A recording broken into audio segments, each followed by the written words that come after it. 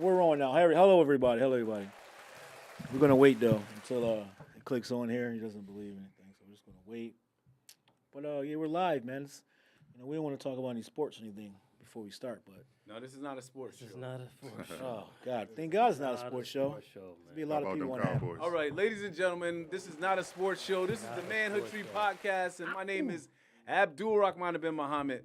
Sitting across from me, we have. My name is Alonzo Lee Beckett. Over to my right tonight, we have. Quentin McDougald. And over to my left, we have. Ronnell, Rvoice Monts. Listen, this is going to be a great show. So anybody out there that's an entrepreneur, or maybe you're thinking about becoming an entrepreneur. Maybe you're planning on making something happen in your life. Tonight we're going to be talking about that from all different angles. And so listen up and maybe you can take something away from the show tonight. Yeah, well, let's wait. Before we even start, we got somebody here talking about bodies, the brotherhood. Man, he already got people in here already, man. Come on, man. Let's go. Jeez, we didn't even say nothing. How do you know what he embodies? We don't know yet. Man. Let's go. You got his Man, wife class. there. Yeah, October baby, so yeah, he good. Yeah, he did. See, shout out to my man Khalid, man. Okay. That's what I'm talking Listen, about. I want to start off with this quote. Everybody has an idea, and I'd like to hear your thoughts about this. Everybody has an idea. The difference between dreamers, and I'm very big, never stop dreaming. The difference between dreamers and doers is execution. Today we're talking about what it takes to make things happen in business, in life, and in purpose. What are your thoughts about that? The difference between dreamers and doers. And can dreamers be doers? Right now, I'll come to you first. What do you think? Definitely. I mean, dreamers can definitely be doers. Yeah. You gotta start somewhere, and it always starts for me. I feel like it always does start with a dream, Nice. and then you execute it with a plan, and then you become that doer. So definitely starts with dreamers. So dreamers can definitely transition into doers. Yeah. So that's definitely a great thing. It's definitely a good mix. Quentin, you want to jump on that? I think everybody starts with a dream. A dream has to start something, and I think the dream has to be cultivated. I think a lot of times people give up on their dreams because they haven't seen cultivation or they need cultivation. And tonight, hopefully, this provides cultivation for them tonight. I like it. So, anything else you want to add? A dream without a plan is a wish. That's right. Okay. Yeah. It's more to that. Keep going. That's all I remember. Oh. Okay. All right. So what I'd like to do before we get into like the questions and stuff, I like to give both of our guests an opportunity to talk a little bit about their businesses, so people are aware of what you do and what you're all about. And so, Quentin, I'll start off with you. And then we'll come back and talk about the book after. So let's do the business first, and we'll come back to the book. Well, the book is the business, but I'll start with It's part Nothing of But the Web. business, yeah. So I'm holding the Nothing But Web flag. Those that don't know, I represent Nothing But Web. We do web design services, business consulting, social media management, and everything you need. We come, well, as we talked about dreams, I make sure people come to me with their dreams, and I help them turn them into reality as far as what they do. I've been in business since 2011. Wow, it's a long time. 2011, and I continue to build and build and build as I go. The furthest I've been, I'm excited about where I'm going for next year, and we'll talk about that today. Okay. Yeah, you should do a party for for your 15th anniversary next year. I have to. Just do a party. Yeah. Right now, what about you? Let's talk about it. Yeah, Rvoice Entertainment is pretty much speaks for itself. Rvoice. Yeah. It goes from anything from PA announcing to storytelling to anything that I can use my voice and vocal talent for. Like recently, we did a movie, Ice Never Melts. That's on That's right. Tubi. Yes, you're in there. Yeah. Shout out to the man of the hour right here. So I did a narration for that as well. Right. But yeah, Rvoice Entertainment, like I said, it ranges from anything from, like I said, PA announcing to advertising, a lot of local projects that I've done. We also do party events with 360 photo booths. Nice. We rent those out. But for the most part, I'm concentrating on lots of sports PA announcing at different colleges and high schools for basketball, football, Right. field hockey, soccer, all sports. Yeah. I'm on all the levels. So that's love what it. Rvoice Entertainment. Nice. Yeah, Alonzo, I have a. So I would love to ask you a follow-up question. I'm going to, because we can get to Alonzo and me anytime.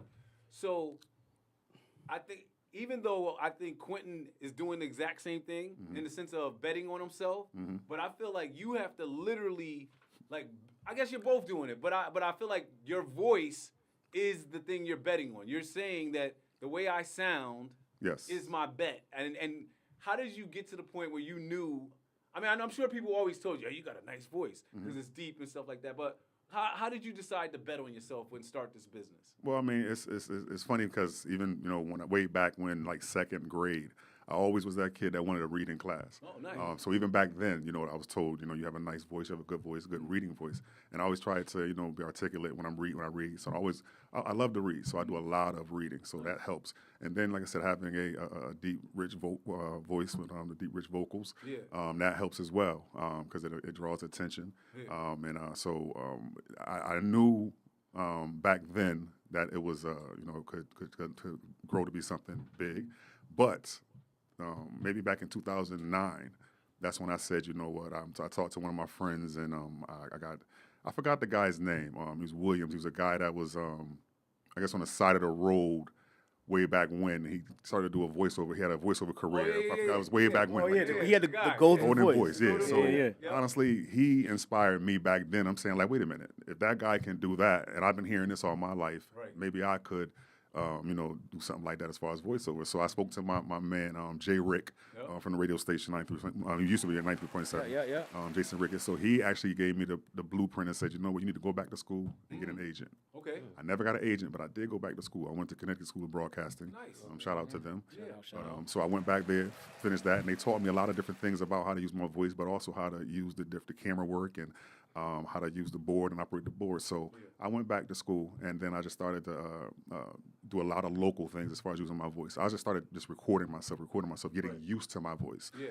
And then, like I said, I also had another great tutor that taught me how to use my voice. It was DJ London Williams, rest in peace. Rest in peace. So I had a lot of good mentors. Yeah. So that's when all it started. And then I just been consistent, working with Zoe. Like I said, doing a lot of film work, doing a lot of voiceover work with local things, and then working with a lot of the colleges for all the sports announcements. So just staying consistent. And I think that for a few of those documentaries, I was doing the voiceover, and he fired me. wow, I'm sorry. Basically, I got replaced, and I don't have a rich voice. My voice. You don't have the deep, rich vocals. No, Let me ask you this: Do you ever sing? I can't sing to save my life. Okay, I was Not just at saying, all. like, because Boyz II Men is still looking for their baritone. I can talk. I can talk. They used to talk in the music. Yeah, I can do that part right there, but I can't Come on sing at over all. here. Not at all. Oh man. Yeah. Come on over here. Quentin, what about you? When did you decide? I mean, we know the year. You said 2011, but what was the point that made you decide, I'm going to bet on myself, I'm going to start this business? Oh, all right. So it goes back to in previous show, but I'll break it down. There's a lot of, was it episode 72? Yeah, 73. 73. You've been working. Yeah. You've been working. Yeah, we were. So once upon a time, I had a basketball company with my friends, and we needed promotion because we were just doing it for free in the community. We searched around for different web designers. We couldn't find any. Because I have summers off, because I'm an educator, I figured it out. And then when I showed it to them, they still didn't believe it. I had to show them physically moving the items on the website, and that's how we got started to get our business off the ground. Nice. And then shout out to Zoe, and shout out to you too, Abdul. Hey, listen, I'm gonna give you the shout out. So one of the key factors in me starting Nothing But Web, of course, is the first birth of my oldest son. But one day we were sitting in one of the supportive housing units that you had, and then this brother over here kept playing Drake's "Loving the Crew" over and over and over. Oh, I was and over editing, again probably. when you were doing editing. And I'm sitting there watching Zoe work, and I'm like, you know what? I could do this too. So I pulled my laptop, and from that day, I said, you know what? I'm gonna make this happen. Nice. Especially when having my first son and just Yeah. being like, I gotta make this happen. So that's that's what's when I up, decided to convert it over and made everything. Children can always be a good motivator Oh, yeah. for you to start a Absolutely. business. You start thinking like, Great I don't want to work for anybody. Yes. I got to figure Be a out how role to do- model. Yeah. Yeah. So I'm gonna come back to you. Talk a little bit about your business. What business? What's your business? Well, my business is Any Video, Yeah. films and entertainment, Mm-hmm. production, and ad agency. All that entails on a day-to-day, I do corporate stuff, like corporate videos and corporate stories. Like, I'm pretty good at telling stories, taking 20 interviews and making it into something, like making it into a story. So I do that for companies. My passions projects are, I call it the Hartford Legend series. Yes. Ronnell spoke about it. We did You Can't Rock the Pub, Undisputed Champs, and recently it's Ice Never Melts. Ice Never Melts is on Tubi. Premiered on Tubi on October 17th. Nice. So go watch that for free ski. Yeah. And then November 17th will be Undisputed Champs, and November 28th wife's birthday. Nice. Would Shout be out You to Can't the Rock wife. the Pub. Yeah. So we got those 3 on there, and so I make content, tell stories. That's what I basically do. I'm an editor, but what kind of separates me from other people is that I'll tell a story. Like anybody could, hold the camera and point it, but the music and the storytelling is what I like to do. So that's what I do. So the second question was, when did you decide you were gonna bet on yourself? What about that? Oh man, when did I? Well, back in ESPN. Yeah. When I was working there, I thought that was my dream job in college. God damn, it was not a dream job. Yeah. It was a job. It's a job. And nothing to dream about it. The only thing to dream about it because you see like Stuart Scott and all them guys, and they were all like in a screening room. You see them all the time. Yeah. But you see them like this because you got to go do stuff. You got to be running and stuff. Right. So that they kind of showed me that if I want to do this, I got to kind of probably do it myself. So I didn't like jump totally in. I still had a social work because I'm a minor of sociology. My major was communication. So I did that, like to kind of bridge it until I kind of, like he said, like I was always doing it, and I figure eventually, you push me a little bit too. Like eventually, I won't have to have a regular job. This can be my job. Right. So eventually, that day came. Yeah. Reluctantly, I didn't. Let me ask you this. So is it scary? Because you still teach. So you still have a backup on your business. Do you have a backup on your business, or you just doing voiceovers and I do voiceovers and that's it, but it's not. I bet on myself big time. Okay, so you 'cause 100%. I said, I went full fledged, and Yep. I do this full time. So Okay. yeah. So what about the fear of like because I mean I actually had to push Zoe out the building. I had to say, yo, you come on, son, it's time for you to go, right? Yeah, because it was scary. Long Yeah, hours. it's scary. So why is it? What about the fear that Well, people always complain about how much money they make. Yeah. I always realized that. And then you was like, all right, I'm going to do my own. All right, so now you was making this amount of money. Now you're by yourself. The money that you were making that was so little, they were taking care of your insurance. Yeah. They were taking care of certain things that you don't even, yeah. that you're not even. People forget about all right, that stuff. right. Yeah, So when you're yeah. by yourself, it's like, oh, I got to go to the dentist. Oh, yeah. So it's like the scary part of that. And then like the taxes part, even your job, they take care of that. All right. Just go to work. Right. So you on your own, you have to take care of your taxes. Set aside money. Yeah.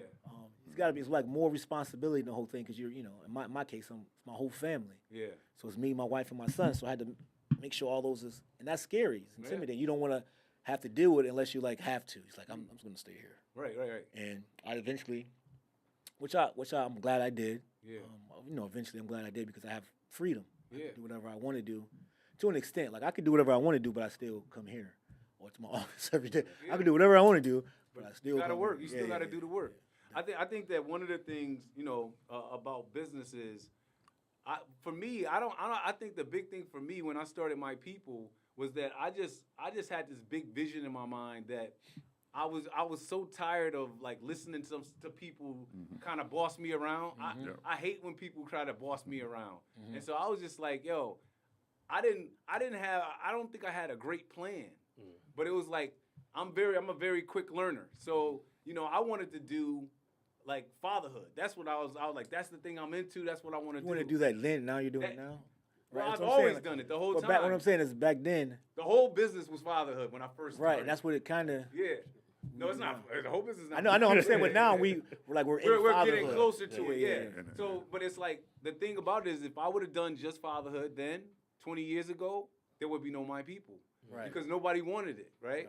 And so I had to pivot and say like, okay, well, if I didn't have a conversation with a DCF worker and he was like, yo, you trying to do this fatherhood thing, but you should be doing mentoring. And then I was like, oh, mentoring, okay. And so mentoring and it really kind of like changed the whole way I was doing business, because with the fatherhood stuff, it was me. With the mentoring, I hired 100 people, and I used to have, and it was like now I say I hired 100 people. But like back then, it was just like, I was just hiring people, I was just, people walk in the office, hey man, you look like a nice young man. Go on. Fill out an application. Yeah, fill out this application, man. We ain't gonna do a background check yet. But come on, we get you a couple cases.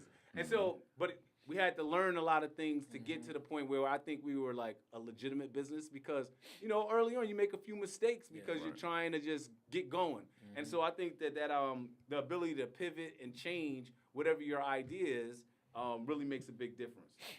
So what is something, what did you have to do once the inspiration of I'm starting this business where we're all excited, when that kind of like wore off? when you got past the like, okay, I got my LLC, I got my first client, but when things kind of like slowed down and they weren't kind of like moving the way you might have envisioned, how did you keep yourself showing up at the office, continuing to do promotion and create websites and different things like that? How did you keep that going? I mean, it was hard. I mean, just backstory, just starting off, I had my first client, and I didn't get my second client to the third year. Oh, wow. So just backstory on everything as far as starting it. Yeah. I had two friends that were trainers, and I said, hey, let me build your website.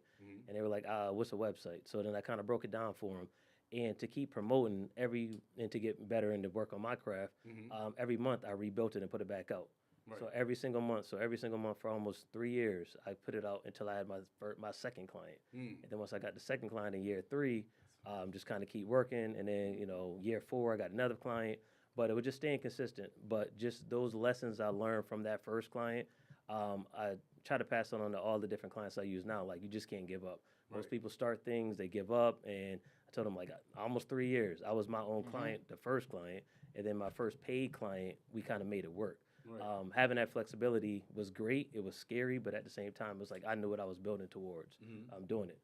So just to stay on that for a little bit, the 3 years, that basically you put in your 10,000 hours. Oh, yeah. So you had to put in the hours to really be good at what you were trying to do. Yeah, initially, like you by the end of the 3 years, you were pretty much like able to make a website. Listen, with my eyes closed, knowing all the analytics, everything, had to teach every single aspect of it because we'll get into about as far as imposter syndrome. Yeah. When people ask questions, you got to know the answer. Right. The first thing, especially people you don't know, they start asking you questions. If you don't know the terminology, you don't know anything, they just pass on to the next person, especially being a man of color. That's right. Trying to get into that field, the tech field is the tech field is a tech field. Right. I'll say that. Yeah. But just, having people trust you just to take their hard-earned dollars and believe in you, you got to be able to explain everything. You got to be able to walk. Sometimes there's a lot of hand-holding, but once they see the final results of everything you do, it helps bring their dreams true. Nice.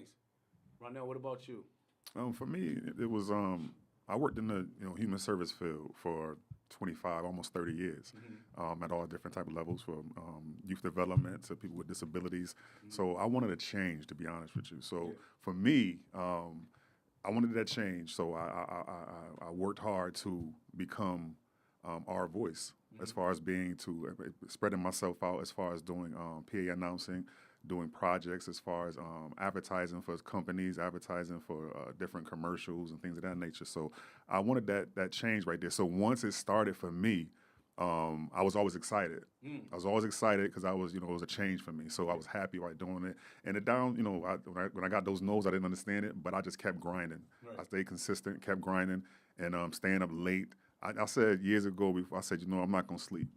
I'm going to stay honest. I said, I'm not going to sleep. I'm going to stay up. I'm going to do recordings. And this is way back when me and Zoe first met years ago. And was doing, the parties and the Renaissance stuff and all that stuff with, all the parties and all that stuff. So just staying up late nights. And then once it started to, I started to get business. And that, honestly, that took about, you said 3 years, that took about maybe to get consistent business, that took about maybe like 5 to 7 years to get consistent business in the work that I do. Because it's I'm from Hartford and I just got a deep voice, but I had to go and improve myself. Right. But I wasn't afraid to go and talk to people. I wasn't afraid to talk to them and let them know what I'm trying to do. So once everything started to pop off, so to say, and I started to I did TV with CPTV, they called, and I started doing work with them, and then I started to do the announcing with my manager Sean Chewy. He put the mic right in my hand at the first Weaver game back in the day. I bleed green, by the way, Weaver Beavers. But he put the mic in my hand, and it was that's where it all started. So once it started to really take off, that was a whole nother excitement. Then I started to, like I said, be noticed outside of the community, and that's when he started with Mohegan Sun, started doing arenas and stuff like that, and then my confidence built. So like I said, for me, it was always an exciting transition from working in the human service field. You know that because that's where you're from. That's where you're still at. I'm still excited. I need to get back to work right after this. Yeah, so that was the biggest thing for me. I love doing community work. I still love it. I do things now as well in the community. So I always preach that. But at the same time, like I said, that was the big inspiration for me, is that change. And I was always happy and feeling good about what I did. So once things started to, like I said, get better and get more business, it was more exciting. So and it says, I think I have a bright future in this field. So That's where the excitement comes from me. Yeah. What about you, Zoe?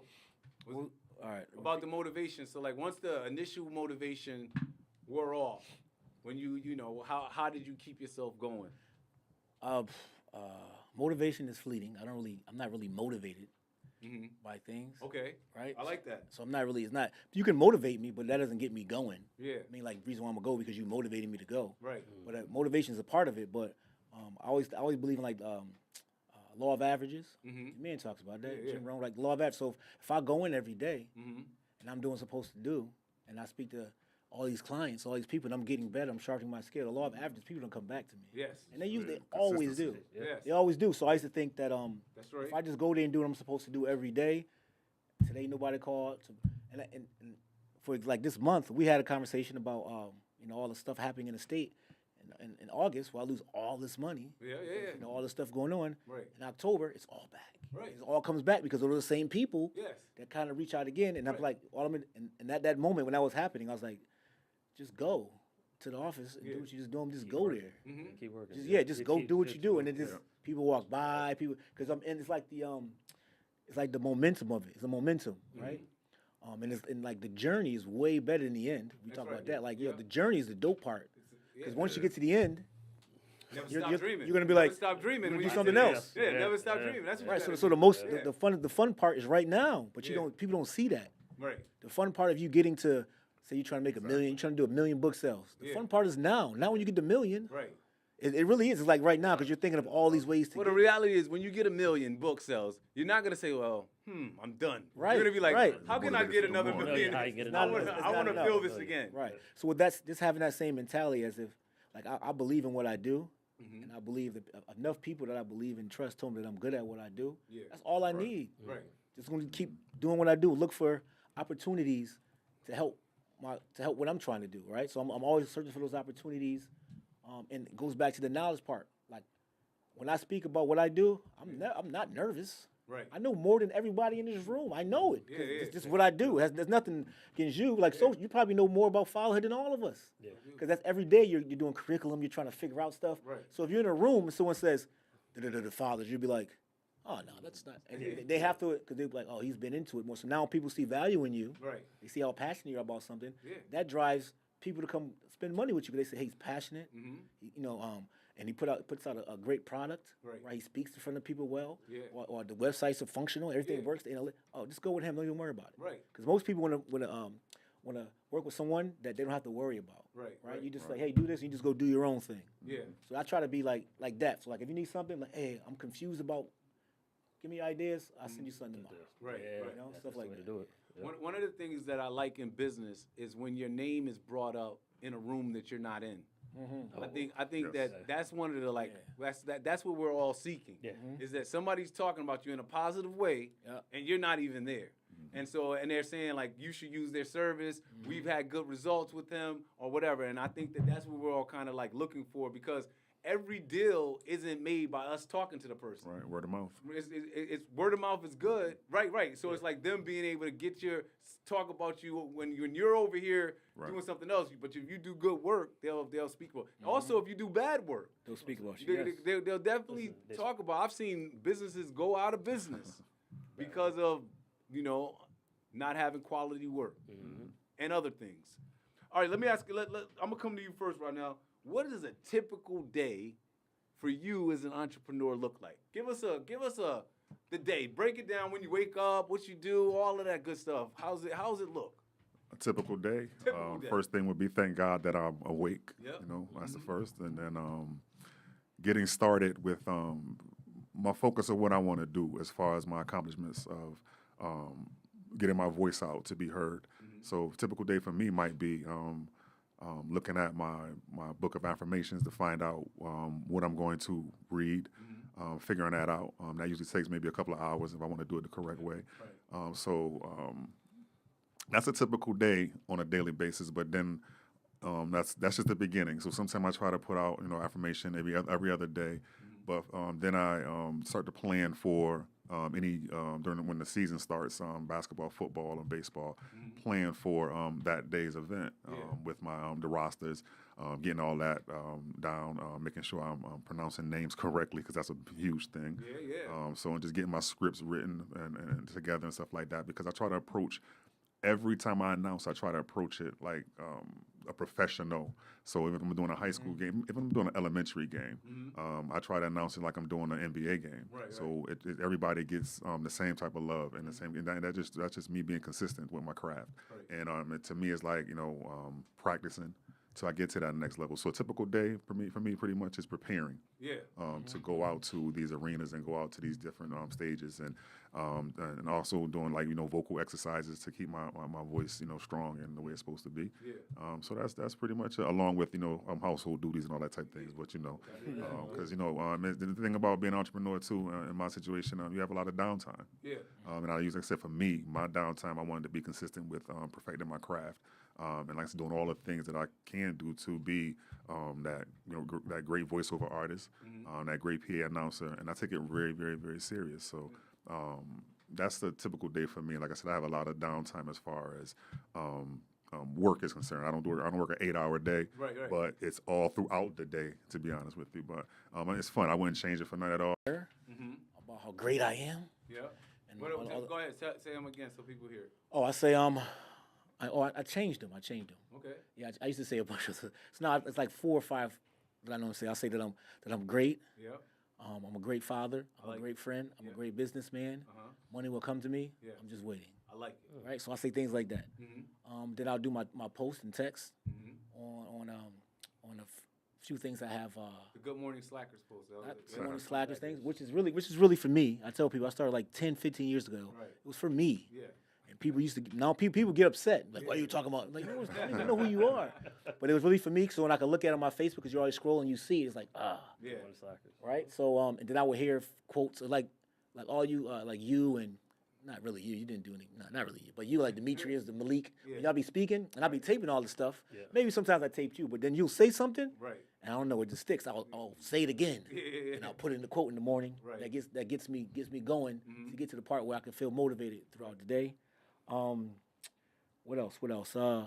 That's basically it. So you didn't say anything about working out, did you? Well, I go to the gym. Oh, okay, I just want to help you out. I'm helping you out because another thing about entrepreneurship, like I found out too, like like when you work out, it's something called ATP. You know what ATP is? All right, so like when you get to that, you have to your body produces lactic acid, everything that's bad. But if you get to a certain heart rate, like for me, it's like 177 or whatever. But if I get to that and I sustain that for like 4 minutes, I get something. It's like a free drug. It's called ATP, and I feel great. I don't know. Maybe it's just psychological. You get your heart rate to 177? 150, 160 to 177. Yeah. Holy crap! And I do it for like 3-4 minutes, and then I'll stop and I'll let it go down to 120, let it rest, and then I do it again. It's like 4x4 they call it. My heart can't go past 90. Really? Oh, Wow. I had open heart surgery. Yeah. So it's like I must be taking because I'm like every time I got this app I use and it's like you don't be working out hard enough and I'm like I'm really trying but it won't go past 90. So I do like 156 to 177. So I'm in like 160. So I do that. So I feel good and then I come and I start my day. I try to get in here about like 9:30, 10, and I rock out till it get dark. 5, 6, 7 o'clock, and then I just leave, and then I feel like, and then like I do things like we talked about this too, like I'll organize everything before I leave, everything. Nice. I just love that. Because when I come back to the office, I just sit down. I like that. I love that. So when I come back to the office, I just sit down and like, it's ready to go. go. I don't gotta like organize nothing. So I'm great at like even at home when I'm leaving. I got my remote right here in the living room. When I come back, I'm gonna sit right there. Watch this TV. When I get home, I'm like, yes. I can just sit down and just, instead of just when I used to back in the day, I'll just be like, You come back, it's like, man, where's the remote? Yeah, I can't find the remote. Right. So things like the preparation is key. It's very important. As I know we're young, like coaches always tell us that. Preparation, you be like, but that's so true. Like I didn't use that a lot. It's one of the most important things. I should have used that more in sports. When I was playing sports, then I didn't really. No one kind of. They didn't break it down to me how I understand it now. Like, hey, if you prepare this way, I just did it. But preparation in anything in life is golden. I like it. Quentin, what about you? Ooh, so typical day. Typical day. Similar to you, Zoe. I start the night before. The night before going to sleep, I'm scrolling, coming up with ideas, hopping on, creating posts for the next morning. Start at 5 a.m., hit the gym. While I'm in the gym, that's when I start to post and schedule the post for the day. Do the 5 a.m., get back to the house about around 6-ish and get ready for work because, I'm not the, Right. I'm here for the passion. So I get to work about 7:30 to teach. As a full-time teacher, I'm a computer technology education teacher. Nice. What school? Slade Middle School. Shout them out. Shout 'em that out. out. Yo, you still there? I'm still Yo, I there. remember we did some Yeah, video I'm we did it at still- Weaver way back there, right? Yeah, and when I came I have down that there, vi- my I remember that basketball video. team, I need that video. What? Hey, You know what's I remember that. crazy? Some of those players actually work there now. Get out. They work on part of That's why I told people video when I was younger. I used to be Yeah. like, yo, no one cares now, but they're gonna want One this. day they're Like gonna 20 want it. years, they're gonna want this little kid running around. You don't know what he's gonna be. Yeah. We gotta talk. Yeah. So I'm there. So in my downtime in the classroom, that's when I'm either making posts, making calls. My goal is always to try and sell a book a day. Can I interrupt? So you post. It sounds like already in a regular day you've already posted like 3 or 4 times by 10 o'clock. 3 or 4 times. Okay. Because I have And this two- is for the web, for your book. Yeah, because I have 2 different Instagrams. So Okay. I got to think of content for Nothing But Web. Yep. I got to think content for CMC. And that's every day. Every day. Okay. Every day. That's part of the consistency I learned. One thing I learned about building a business is that you got to be consistent. Yeah. So I made sure that I've been probably doing it for 5-6 years now. Every single day I got to do at least 2 posts a day. Okay. So doing that, keeping up with that helped change my life completely. Wow. Just being consistent with everything that I do. So it's kind of like a habit. So if I don't post anything, I kind of get an itch. Yeah. Being a creative is kind of like, okay, how can I make this different? How can I make this stick? How can I make this go? So while during the day teaching, got my downtime, making a post, creating them, trying to sell the books and some texts and some emails out. Then I get out at 3. Then that's when daddy duty kicked in. Yep. Daddy duties kick in, get home. On the way home, thinking of different concepts, different things for Nothing But Web. What can I do? Hop in the door, help out with some homework, then jump on the computer, maintain clients, answer some emails, follow back up, because consistency is also doing and following back up of different things, checking everything what I'm doing. Then I have family time, then I have wife time, and then at night, she's like, get off the phone, because I'm on the phone trying to plan for the next day. Yeah. Right. Because it's always kind of a consistent cycle. Yep. A consistent cycle to trying to get everything done. Shout out to the wives. My So, wife. so when does the day end? He's ending around 6 or 7 some days. Yep. Maybe tonight we're done at 8 o'clock. Yeah. Maybe 7:30. 12, 12, 12, Wow. and then you back up at 6 o'clock the next day doing the back up at 5. Back up at 5. Trying to get it rolling. You still got the youth going in you. Yeah. Well, it's not- You 25? What is he doing? How old is he? Jesus. Listen, the youth keep you young, but like you said, preparation. So as an educator, being never prepared. So if Yeah. I'm prepared and have everything ready for the week, Yeah. there's nothing else I got to Right, do. Just kind right. of just show up and do what I got to do. Makes you feel better. Yeah. Right. Feel like I'm Typical day for me right now is on a typical day. making people feel bad. Why? He sends a text. Oh. If you were thinking about not working out, your friend here with 2 heart replacements, 2 kidneys. I'm like, yo, 1 leg. I'm like, what is he talking about? What is he? I guess I'm out gonna here. go today. I'm walking this morning. No, actually, speaking of what you just said about preparation, so if you really think about it, the first thing I do for myself actually does start the night before. When I get in bed and go to sleep, the way I go to sleep, I tell myself that I am great. So I just keep saying that I am great until I fall asleep. So I don't know how long it goes. It usually doesn't go that long because it's like, I'm great. You're the greatest, man. And then next thing I'm asleep. But it's like, I feel like that's the last thing I want to hear every day is that I'm great. And so then the next morning I get up, depending on, what season it is, the time changes because I get up for prayer first thing in the morning. So I wake up my family for prayer. We pray. After we pray, we typically go back to bed. But lately, I've been started working out. So I usually wake up at 6:30. So prayer is usually like 5. I get back up at 6. Go down in the basement. I got an app called Zing. I use my Zing app, or I go for a walk. I do a 3-mile walk real quick, come back, and both of them take about an hour for me to do. So I'm doing that. Boom. Now 7:30, I'm done working out. I start getting ready for work. This is my wife used to get out the house earlier, but now the kids are all gone. They're grown up, so she's like moving in my time, and so it's like makes me get to work later than I would like to. But I might watch a little Get Up on the ESPN. Do I like to vacuum the floor? Because I like to come home to a clean house every day. So I do a little vacuuming, make up the bed. And then I get my clothes ironed. I take my shower and stuff, shave. I shave every single day. I got a bald head, so you got to stay fresh every day. And then I'm out the door to work probably closer to 10 o'clock. Then I would like to be closer to like 9:30, but usually around 10 o'clock I'll get to the office. And then when I get to the office, I usually have something that I'm working on. So it's like, right, this last few days I've been working on a speech. I got to prepare for, like today, I had to prepare for the podcast. I had a few meetings that I went to. Lately, I've been going to a lot of trainings because, My People Clinical Services is a for-profit. Now we have the nonprofit. I feel like there's people that are out there that I would never meet. So, like today, I was in a training and I was talking to a woman about the fatherhood monologues, and she actually runs a theater. And she was like, you know what? I would love to do a show at our theater for this. So it's like, you never know who you're going to meet at a training.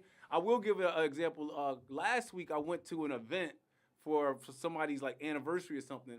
And I was in one of those moods where I didn't want to talk to everybody, and I had to remind myself that that's my job. Yeah. Like, my job is to get up and go shake some hands and kiss babies. And so I think sometimes I get a little Hollywood in my brain where it's like, if they want to talk to me, I'm over here. They see me. They can't miss me.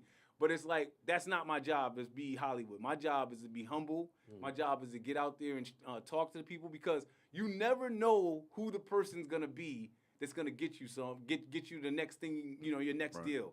And the thing is that the person could be anywhere on the spectrum, because especially right now, more than any time than ever, in my experience, somebody who is like the janitor today is the CEO tomorrow. And so, like, people are moving up and down the system like crazy. So typically, on Mondays and Tuesdays, I work late. So I was doing a group on Monday nights till about 8 o'clock, and then I come here to do the podcast. But my whole work it's not necessarily, like, I don't see a lot of clients and stuff. I'm really trying to meet with other entrepreneurs, other business leaders, other CEOs, people that need services. I'm trying to solidify some of my consultation, some of my trainings and things that I do not outside of My People. Everything's kind of within My People, but it's just kind of like diversifying what we do on a daily basis. So just to keep the engine going, we celebrated 20 years this year. And so it's like the things I used to do in year 1 through 5 are totally different than they are now. I will say that, like, my wife right now, in the beginning of My People, she was kind of like, I would say, a helper. But right now, she's like the leader. She's running things. She's doing she knows everything that's going on. And what that does, it allows me to kind of like think outside the box. And so I don't have to necessarily worry about the day-to-day runnings of the agency. I can worry about what is the future for the agency. And so I think that that's a very important role. And I think a lot of entrepreneurs don't get a chance to do that because they're like in the mix so much. And so I like the idea of being able to really think about the future, because that's the only way you're going to continue to be successful. Right. In the 20 years of My People, we've had programs that were extremely successful. You were a mentor, right? Mentor. So I had 100 mentors at one point. I was a mentor too. You were a mentor too? Yep. 100 mentors. Everybody was a mentor. You were a mentor too? Everybody. Still am. Yeah. Everybody was a mentor. But my point is that we don't do well, actually, we do have a mentoring program. Wait a minute, now I forget about that. It's not the same though. So like our mentoring program 20 years ago, everybody had 4 hours, 6 hours, 8 hours a week. This mentoring program they get 1 hour a week. And they don't even get paid. They got to be volunteers. So it's like a nonprofit mentoring program. It's different. And so you got to stay with the beat of what's going on in your field, because if you're not on the beat, if you're off the beat, you out of the game. And so that's my little point. All right, so hold on 1 second. Yeah. So can you hit that applause again? 20 years? 20 piece. Listen, he talking like it's something easy. That's major. No, but no, what you said. The one thing he says though. What? Never stop dreaming? No, nothing's more important nothing's more important. He said 20 years. 20 years. None of it means nothing, because nothing's more important than tomorrow. Today, it's like right now. It's great, but tomorrow. People love to do that, right? Mm-hmm. They love to talk about how long they did something, as if they could go back and live that all over again. Yeah, right. The only thing we can live is what's coming up. Right. And so if I, like, in all those years, I think that like I used to be in the right place at the right time a lot. Mhm. In these years since COVID, the right place at the right time has moved. It's like it's a different place. Right. I don't even know where it is sometimes. The people you made connections with, they're gone. They're retired. They move. And so no, the only thing that matters is the future. Oh, absolutely. The past it's nice to talk about, Yeah. Right. but the reality is tomorrow, just like a new entrepreneur, I got to go out there and get it tomorrow. Definitely. Tomorrow. Those are the learning experiences of the past. Yeah. I mean, you learn from those and you move on. And like you said, Yeah. Yeah. All right. So you wanted to talk about this? This is a good one. How do you handle fear, doubt, and imposter syndrome? I'm gonna come to you first. Ooh, imposter syndrome. So I know when I started Nothing But Web, the imposter syndrome was in my web designer. That's when I tried to, everybody tries to figure out who they are, especially, as you grow, as you become a person. Every 7 years you change as who you are. That's true. So I had to come to the grips with, am I an educator? Am I a web designer? And that was a scary part because I had to believe in me Yeah. and figure out what it was. And that comes with part of the 3 years of working and kind of putting it back out there. And then again, even when I had the clients, it was still, I'm a web designer, I'm the web designer. Similar to the affirmations, you had to speak, I personally had to speak life into existence. Once you get the different clients to start believing in you, then you become who you thought you were. And then I would say for me, the most success when I started to have the most success is when I decided to stop trying to hide behind the veil of being a web designer and coming into the front. Right. And what I'm talking about with that, as soon as I started showing my face, because I was big on, I'm gonna be behind the scenes, I'm gonna do this, I'm gonna do the work in the shadows. As soon as I came outside the shadows, that's when everything took off for me. Right. So that's when I became, and I put on the cape. Okay, I am Nothing But Web. I am the web designer. I am the business consultant. And I realized that because being an educator, people, when you walk into a room as an educator, they see you as an educator. Right. And when I won the award for New Britain, being one of the 9 most influential African Americans Saw that. in the city of New Britain. That was nice. That was nice. I saw And I'm that. not from New Britain. Right. Winning that, Yeah, that was I was faced with a roadblock right then. I had to figure out: am I going to identify myself as an educator, or am I going to tell people that outside of being an educator, I am also an entrepreneur? Right. And once that moment happened, that's when both worlds collide. Because I was very secretive. I didn't want to tell everybody I did this. I mean, like even you didn't realize as a teacher. You're like, wait, you do this, what? Like, different things. Once I put it out there, I got rid of the imposter syndrome and just kind of stepped into the light, stepped in what I believed in. Nice. And then once I did that, everything kind of took off. I love it. Nice. So what about you? Doubt, fear, imposter syndrome. Any of that? Fear. Okay. I'll probably move off fear Yeah. more than anything. Yeah. And imposter syndrome. I believe I could do anything once I put enough time in. Yeah. I may have that eventually, like, man, I can't do that. But then I spend enough time, like, I could do that. So I always think that doesn't really affect me. I always feel like if I put enough time in, I can do whatever I want to do. But the fear that it may not be enough what I'm doing. There's always enough. Right. So like you just I don't know. Right. Right. So I mean the fears Did you? of the unknown. Like I don't know what's going to happen or what could happen. So just the unknown. Yeah. Certainly, in the way I prepare for that is like I said, I just keep my head down. I do every going. day. So the fear is less because it's like I put all the work in. So, but I still feel it, and I think that makes me not stop. Right? My wife's like, "Oh, we're good. You can just stay home today." I was like, "You can do it now. I'll be right back." Yeah. Right? Yeah. Like, I could be right back. I'll be right back. I'm just gonna go real quick. I'll feel better. Right? That type of thing. Because I don't want it to be like I could have had something, but I chose to chill when it was easy for me just to go. So fear drives me in that aspect. Doubt, I really, I don't really doubt myself. That never comes in. Like I said again, like if whatever I want to do, I figure out the way to do it, and I navigate so I'm good at it. Right. Whatever it is, and then I'll feel okay about it. But initially, some things I feel like, man, these if I watch some videos or some guys, or I'm like, this is kind of nice. Then I'll break it down. It ain't that good, right? Because then I'll break it down and see like what's behind it. But if it is something behind it that like, man, I'm gonna gotta learn that. Yeah. Let me go see what's up with these guys, right? So it's both sided because I also understand that I don't know everything, right? But I have the capacity to learn everything. That's great. Yeah. Ronnell, what about you? Fear, doubt, or imposter syndrome?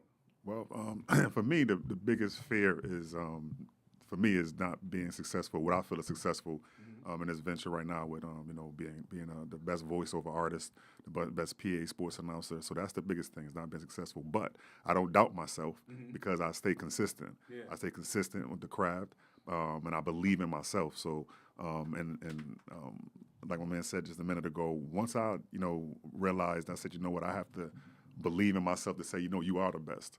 And I came behind, like I used to always say, I want to be behind the camera. I want to be behind the scenes. And a lot of times my work is behind the scenes, except for when I'm in these arenas and the crowd is waiting for me to tell them what's going on type thing. Right. But just when I was able to tell myself, no, you are good at what you do, that took that fear of me, I call it performing in front of 10, 15,000 people in an arena to get my message across to the people and stuff like that. So, but like I said, my biggest fear is not being successful, but never ever doubting myself, but also telling myself that I am the best and our voice will be the voice of choice, and our voice will be in the biggest arenas up until from high school level to the Super Bowl one day.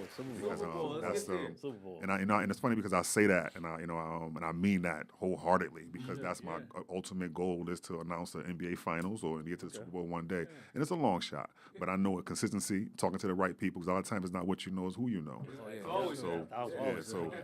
Just being consistent, and like I said, so that's my biggest fear, is just not reaching that ultimate goal. But I also believe that there's a lot of little goals in between that right there, whatever, and a lot of successes in between that that I've accomplished, that I've appreciated on the way. But like I said, my ultimate goal is to reach big, reach for the stars and beyond. And if I don't reach that, that's where the fear comes in for me. But just day-to-day things is I don't have any fear. I don't doubt myself because of the consistency that I bring to myself and my craft. I have a little fear at times, but I also have a very bad memory. There you go. So my problem is that I'll be scared, but then I'll forget that I'm scared. So I'm like, oh man, I'm just gonna go ahead and do it anyways, And so I think the other thing that happens with me is that I am my goal, like what I'm seeking, is like almost like a flow state. I like when I don't want things to be hard or easy. I just want to be in the flow. Right. And I mean, I don't know if you're like, I used to do a lot of poetry. And so like, or even sometimes like when I pray, I want to do stuff where it's on automatic, because I'm not even thinking like, if you do something so much, you just go up there and like, I remember one time I had a show at, I went to Hot Chocolate Soul. I was performing Hot Chocolate Soul, and my daughter was on the stage with me. And so usually when you do your poem, it's like the crowd is not really even, not really there in a way. It's like I'm just performing.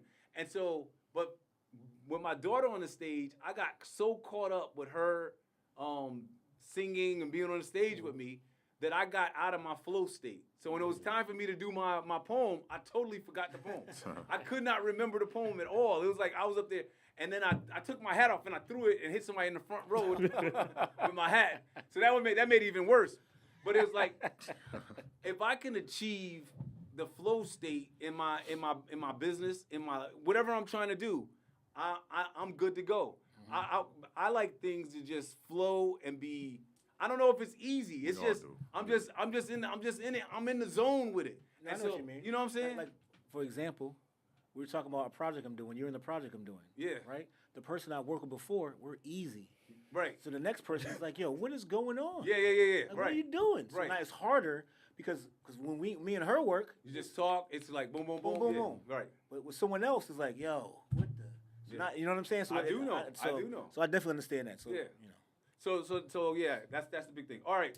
So what sacrifices have you made that people don't see? Zoe, I'm gonna come to you first. Actually, what sacrifices have you made in your business that people don't see?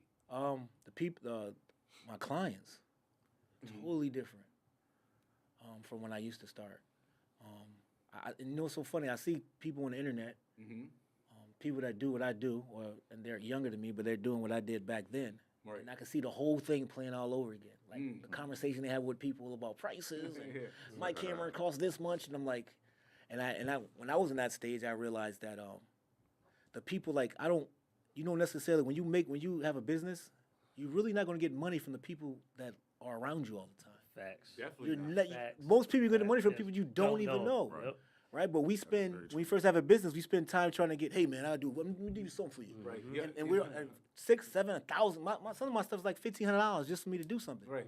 I know you ain't got. I'm not even trying it because then it's gonna be like a Yeah. 1,500 is like 10,000 to you. Right. But when you work with like corporations and companies, they got spin downs. They got stuff. Hey, we got 5,000. Hey, just go do this, and this is great. It's different. It's different. So I had to realize that like my clientele has to be different.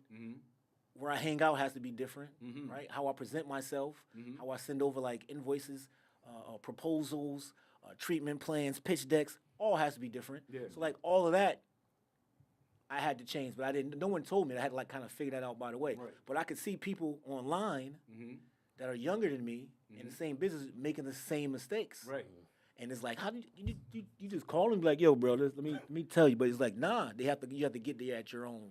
Right. At your own, yes. Yeah, bump your head, yeah. So that's basically, my little Sacrifices. yeah. Oh, I think sacrifice is being able to speak your true thoughts. Because in the different rooms that I move into, everybody has their own inner thought people, I call it that. The people you can rely on, people you have those conversations. Sometimes you go behind closed doors and have the conversations. But you sacrifice, I think, being able to say what you really want because you know where you're trying to go. So like with me, I have big goals, big dreams. Like you always say, never stop dreaming. And I know to get into those doors that I need to be into, because of social media, because of everything, they always go back and try and figure out a way to take it down. So now it's just always sacrificing where I going to go. So like you mentioned, like the different places you may want to go, the different people sometimes you kind of associate with, you kind of just take a look at the whole scope of things. And even for those people that may not understand, I think when you break it down for them, they understand and they see what your vision is. I think that sometimes sacrificing the time with those people or doing different type of events that you want to do, that kind of sticks with me. Yeah. So I figured that out. Ronnell, sacrifice. Sacrifice. Like I said earlier, one of the big things was sleep. Definitely had to sacrifice that. But on a serious note, time, a lot of time and finances. Time with family, time being away from my family because of the travel that I have to do for the different events that I do. Time away from my family because of when I'm writing my scripts or I'm doing my recordings, I have to be in an isolated room similar to what we're in right now. So that's that takes hours sometimes, whatever. So time, finances. From what I'm doing, I realized a few years back when I really wanted to take off and grow, that I had to invest in myself financially, and that nobody else was going to invest in me the way I wanted them to invest in me right away. And I had to use my own money, sacrifice, and jobs and employment and stuff like that because I wanted something. Now, this is, a dream, and I wanted to come true, and it is coming true. So, like I said, I had to sacrifice those type of things, and mainly it was time, rest time, and finances because, like I said, I wanted to put the money back into myself with marketing my brand, marketing Rvoice, and being able to get my logo out there to everywhere. But like you said before, when you're not in the room and they're saying your name. Like you came in, I appreciate that when you came and said, "Oh, you're Rvoice." I mean, I've never met you before in my life, just a few minutes ago. But those type of things like that, it makes me feel good and it makes me feel like I'm doing something. And the name is out there. So like I said, sacrificing for me, like I said, it was like I said, time and finances was a big thing. And like I say, time is a big thing because like I said, time is with friends, family. And even with my personal things, I had to put things to the side and say, this is what I want to do. That's why I said earlier, I said I wasn't going to sleep too much at all. Right. I was going to be up throughout the night, even practicing, just doing recording, learning how to use the voice editing systems that pretty much I've mastered. I could do blindfolded now, but at the beginning, it all looked foreign to me. Right. So just perfecting the craft and sacrificing time. And finances, and once again sleep, because I still don't sleep, right? Because I feel like the best time for me to do work is at night, and then through the day I think I'm gonna miss something like a little kid, so I'm out. So that type of thing. So I like to say I stay busy, but the biggest thing, like I said, is time and finances was my sacrifice.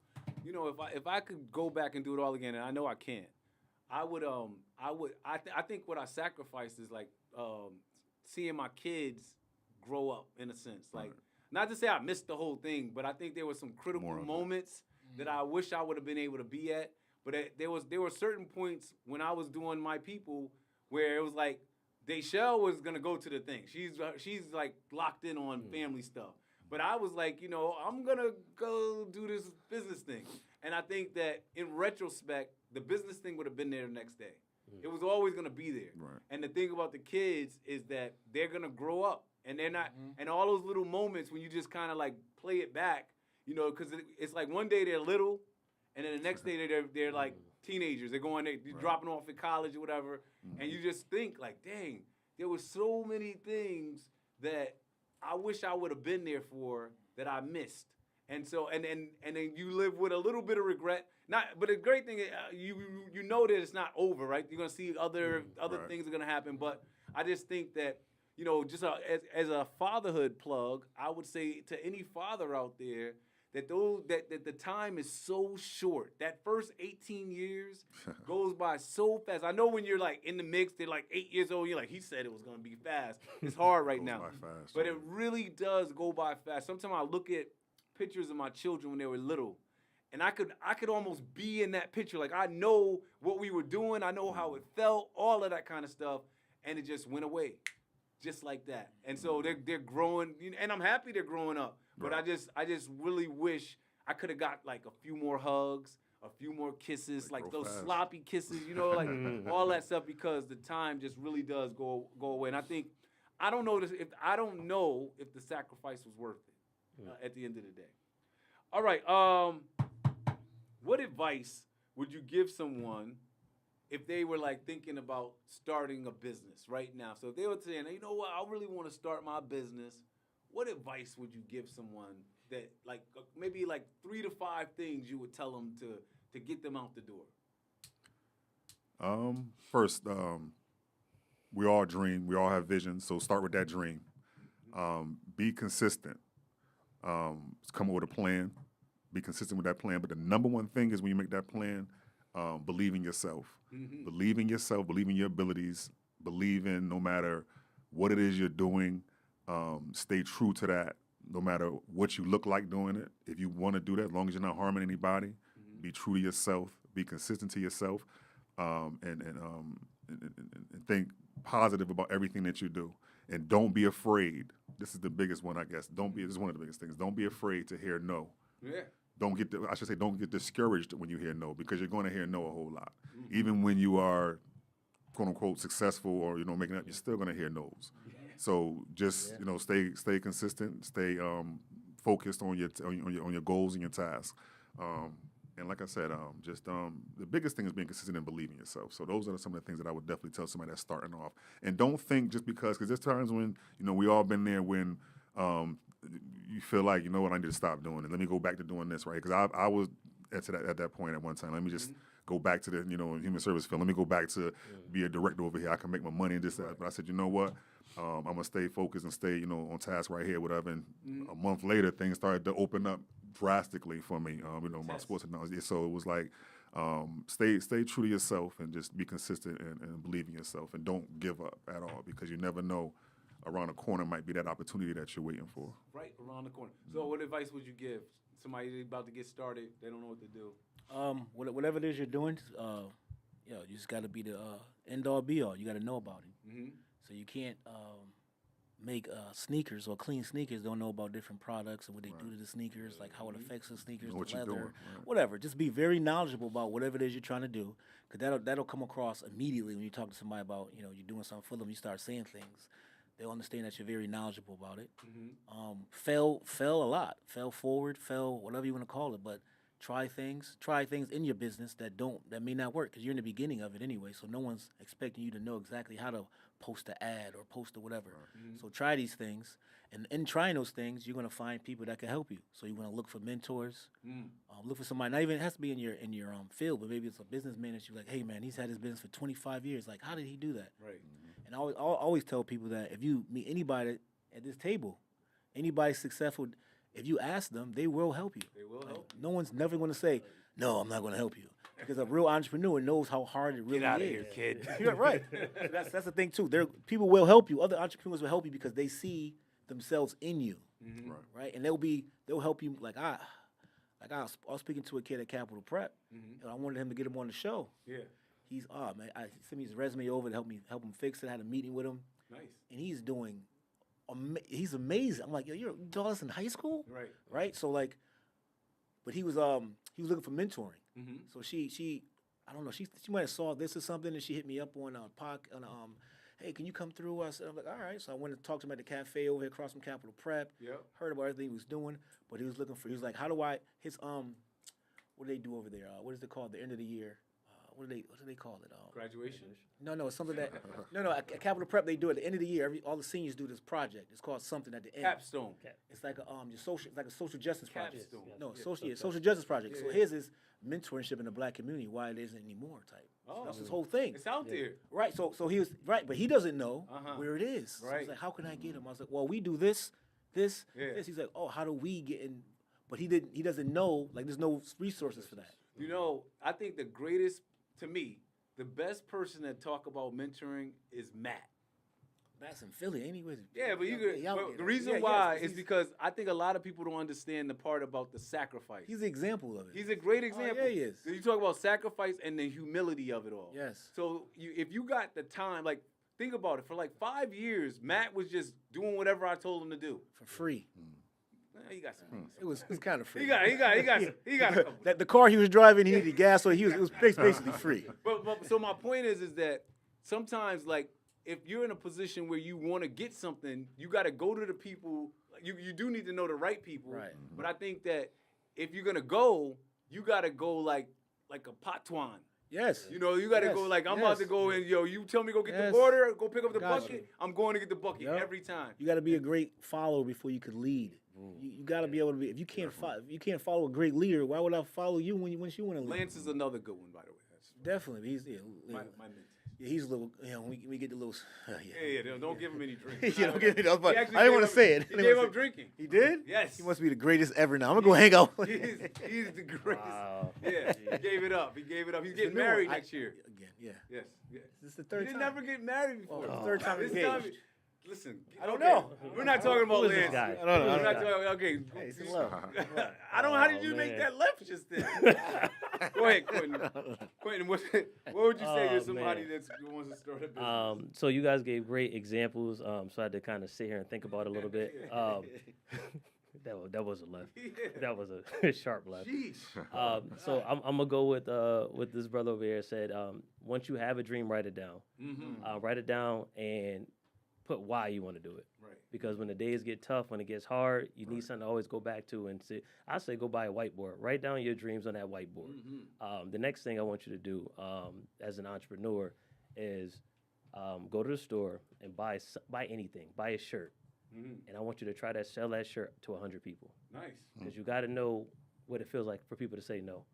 Once you get through once you get to that little training exercise, then you know, okay, what it feels like. So then you have no more fear Mm-hmm. because you went to find different strangers. And not just people you know, you got to do it to different strangers. Mm-hmm. So once you do that exercise, that'll help you with the no's. So you write your dreams down, figure that out. And then after that, pick something that you typically do in your day and try and make it a habit to do it every single day at the same time. Mm-hmm. So if it's making your bed, there's a lot of studies about that, making your bed, the power of that. Make it up every day. Like you said, putting your remote in a certain spot, you should put a timer. And every single day at that time, commit to that sacrifice, whatever it takes to do that, because that will help you build consistency over time. So by doing that, you'll build consistency. By getting a product and trying to sell it, you understand what it feels like to have a no. So when you do get that yes, it works, and then write your dreams down so that no matter where you are in your business, 10 years, 5 years, 30 years from now, you always know why you did it. Because when you create a business, you always got to have a why. That's right. Right. How do you define success now, like today? Freedom. Free, I yeah. can do whatever I want to do, Okay. and I can. Mm-hmm. Okay. That's all. I can travel. I can go somewhere if I want to. Right. I don't have to be like, hey, can I get tomorrow off? Or I don't have to do those type of things. Right. So that's what I like the freedom of it. Yeah. That's my success is freedom, and then my wife and my son as well. Yeah. Depending what it is, but yeah, we got freedom. What you want to do? Where you want to go? I like it. How do you define success? It's a good question. I got to piggyback off of what Zoe said. Pretty much freedom, being able to pretty much create your own thing, make your own mistakes, and then hold yourself accountable to your level of holding yourself accountable. So I would say definitely freedom. Freedom. I think success is what you kind of talked about when people are speaking about you in rooms, in a positive way, when you're not there. Yeah. Or I like to call it that, oh, that's you moment. You know, I know going. Just did that. Yeah, oh, that's you. Yeah, just oh, that's you. I mean, it felt good though, right? It did. It felt, It did. it felt good. So you know, when you go into a room and you go into a location, that's one thing, and then they realize after a while talking to other people, oh, that's you. I didn't realize that was you that did that behind there, Right. because your success speaks for itself. So when you kind of put that on automation, like you were talking about, Abdul, on autopilot, I think that measures your true success. You know, that is a part of success that I think a lot of entrepreneurs don't allow themselves to get to, where it's like they don't have to be involved in everything that happens. Like that's where I'm in right now. And my people, there's tons of stuff that's happening on a daily basis that I don't have anything to do with. Now, in the early days, I used to have to touch everything. Nothing was going to happen unless I said, okay, go. But I know for a fact today 100 things happened that I didn't touch at all because I was in my office with the door closed most of the day.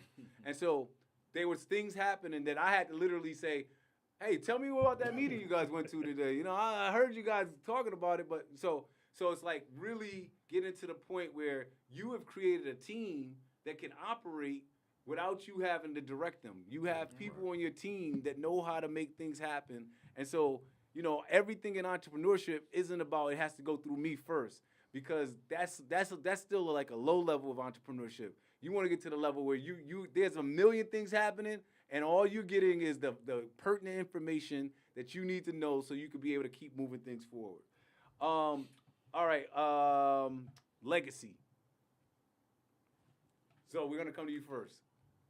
What are you hoping to leave through your work? What legacy are you hoping to leave through your work? I believe I am a griot. Yes. Right? We spoke about that. A griot Okay. is African term for person that's, you know, like the person of their time telling stories. Yes. So I tell stories from, I like from that. the time in which I've come. Like, so when I'm not here anymore, you can watch whatever my company does, and you can know about what happened in 1994. Right? Yeah. You know what happened in 1982 with the Undisputed Champs. You're gonna know those things. Then the other docs I'm doing, like doing a Hot 97, you're gonna know about what happened. Yeah. So other ones I'm doing. So I want that to be like one of my legacy. Basically, is that we told stories from the community, and you know I had my business doing corporate work and all those things. But for the most part, documentaries and stories about the community that kind of gave you the information that you could not necessarily read in the book. I like it. Ronnell, what about you? Legacy. Legacy. Pretty much my voice. I want all the projects that I do to be heard from today into the next 100 years from now. I want my voice to resonate with the greats. I want to be known as probably. Is there someone you look? Is there someone? Who's the great voice goat? Like who's that? Like who would you? You know what I mean? You have James Earl Jones. Of course. There you go. That's it. That's all you got to say. That's what, Well, honestly, one of the first person when I first started way back when I watched a lot of. I went on YouTube University and I watched a lot of YouTube videos about voiceover work. And one of my people that I've never met these people, but one of the people that I studied a lot and watched a lot of his stuff was Don LaFontaine. He's a very, very popular voiceover artist, and he's known throughout the voiceover world. So he's the first person that I started to listen to and study him. I would love to reach his level because he's done everything. James Earl Jones is Darth Vader, so I mean those type people. Even Samuel Jackson, they do voiceover work. Those type. So it's those are the people that inspire me. That's big time. But my legacy, I would want it to be known as one of the best voiceover artists in the world, and put my voice out there and just to be heard and to be heard forever. Nice. Quentin, what about you? So Quentin, I got a double. You're gonna close us out tonight. Okay. First, I want to hear the question about legacy. What you want your legacy to be. Second, I want you to talk to us about your book. I mean, I'm sure that's gonna be a part of your legacy. Oh, Let's hear this. So the legacy I want to leave is all in this book. This book right here. Okay. How long did it take to write? This book took me. I'm a child of hip hop of the '90s, so I'm gonna say it took my whole life to write this book. Okay. Yeah, it took my whole life to write this book. In reality, it's about 8 months. 8 months for everything.